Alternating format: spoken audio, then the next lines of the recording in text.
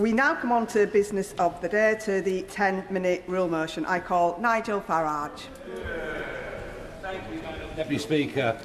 I beg to move that leave be given to bring in a bill to make provision for the United Kingdom to withdraw from the European Convention on Human Rights and to make further provision in connection with the withdrawal of the United Kingdom from that convention. In many ways, this is unfinished business. On June 23, 2016, in the biggest democratic exercise in the history of these islands, the British people, despite being told by all the businesses and all the trade unions and much of the press and most of this House, managed, despite everything, children be quiet.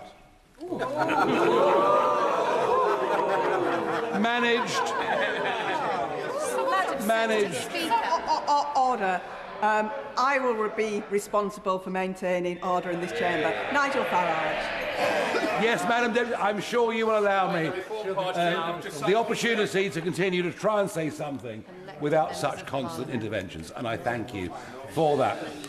And we voted clearly by a massive margin for the British people to bring back the sovereignty. And by the way, what makes me laugh about this isn't just the sovereignty of this country, it's the sovereignty of this very chamber and the people within it, to bring power back to this very place, and that is what we voted for. And of course, one of the most important subsets, one of the biggest reasons for that vote to happen, was the deep alarm at the huge numbers of people coming into our country.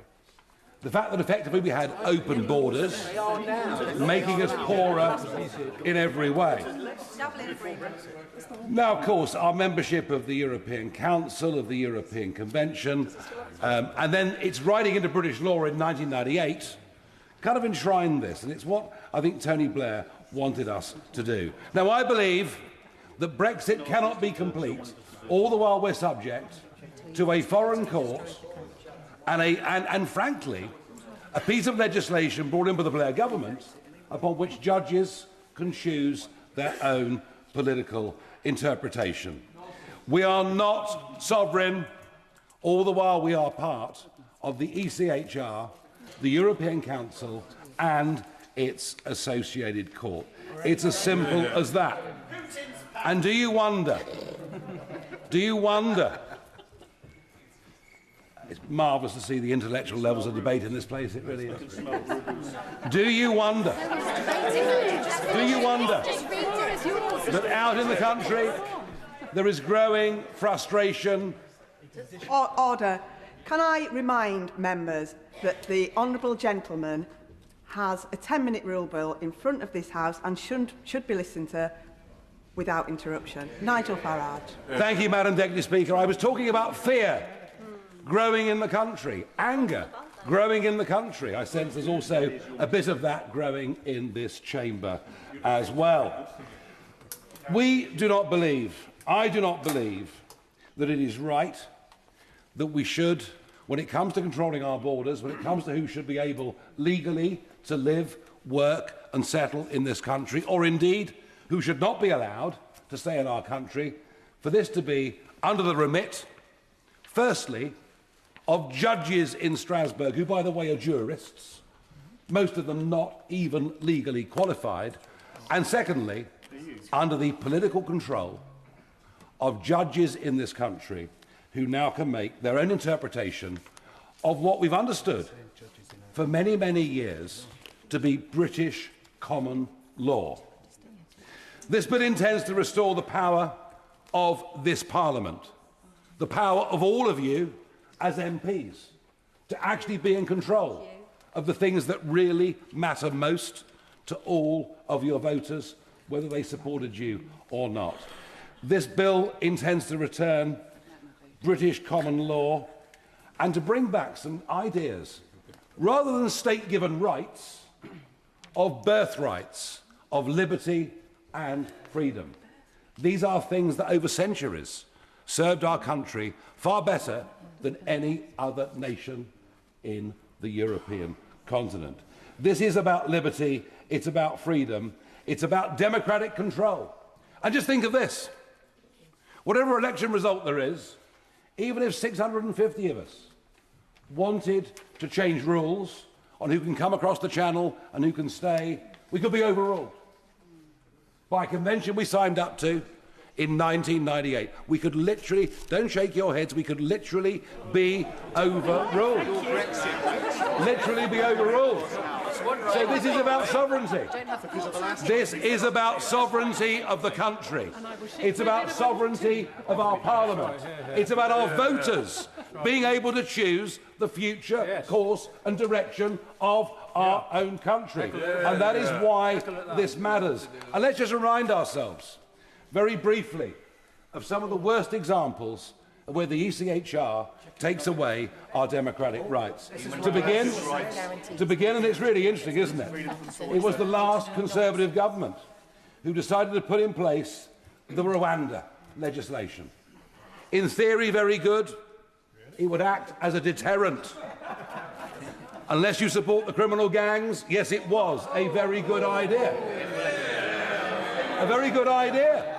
Brilliant. The trouble was it couldn't happen. And why couldn't it happen?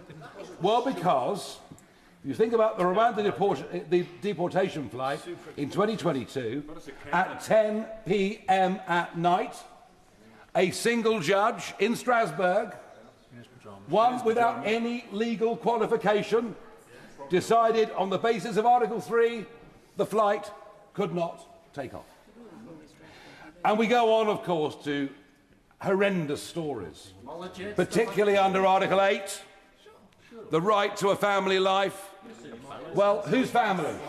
The families of British people, or the families of those who've come into Britain, in some cases illegally, and then been waved through? Some of it is disgusting beyond belief. A Pakistani child sex offender dodged deportation on the basis that his removal would harm the children that he'd had in this country. And this goes on and on and on. Brazilian murderers, rapists, many others who claim under Article 8 the right to a family life. Well, what about British families? What about their rights? What about their freedoms? What are your priorities here as members of this place? Now, of course, we'll be told that by leaving this completely outdated 75-year-old convention, and by the way, I fully understand why in the 1940s this was signed up to, because the other European countries did not have constitutions, did not have democracies that could pretend them that could prevent them going into extremism. But it's now completely outdated. We are not Russia. We are not Belarus.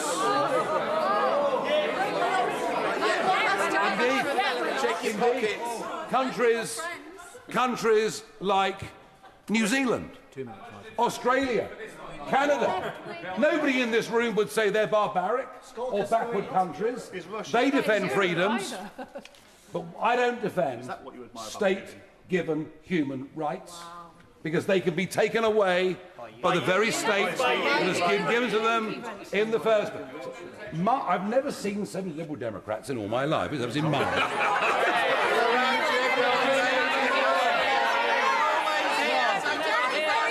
Order! Continue. I would ask the Liberal Democrats and others in this place, what is wrong with you? Do you not believe? Do you not believe? We've got a list for you. You've only got 10 minutes. Do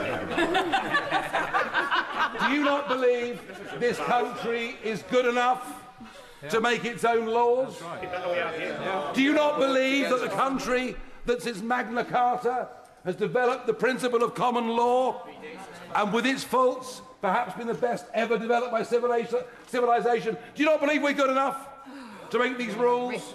Or we stick with outdated conventions preyed on by human rights lawyers in this country? I move this bill will restore democratic trust and faith get onto the in rivers of this blood, once mate? great nation. Thank you.